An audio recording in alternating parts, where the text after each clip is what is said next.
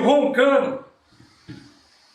Aqui em Cordeiro, interior do estado do Rio de Janeiro, tem uma festa grandiosa, uma exposição agropecuária que vem gente de toda essa região daqui e muito mais, e muito além.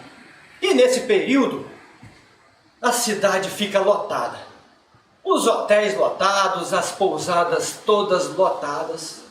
Um mercador de passagem a trabalho pela cidade, cansado de receber não, bateu em uma e implorou: pelo amor de Deus, moço, eu tô de passagem a trabalho aqui nessa cidade, eu preciso descansar, eu preciso dormir. Ah, moço, tá tudo lotado, mas nós temos aqui um quarto que tem 2 camas. Só que o senhor que está dormindo lá, ele pediu para não deixar ninguém subir não, porque ele ronca muito. Ué, mas é só isso? É só isso, sim, senhor. Pois então você pode me deixar subir, porque eu tenho uma simpatia que é batata para poder acabar com o ronco. Ué, se é assim então, o senhor pode subir? Assim se deu. No dia seguinte, o mercador descendo para fechar a conta.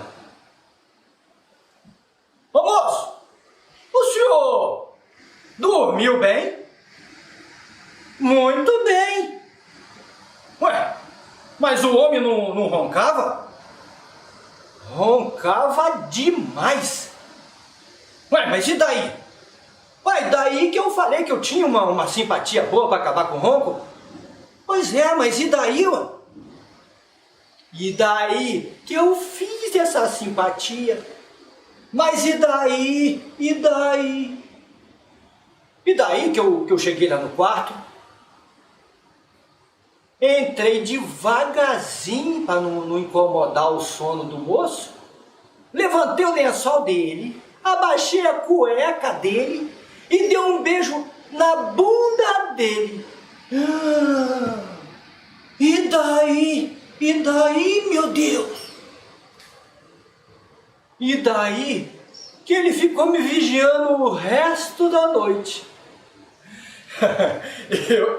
eu acho que é daí que vem aquela expressão beijunda, que é o popular beijo na bunda. Conhece?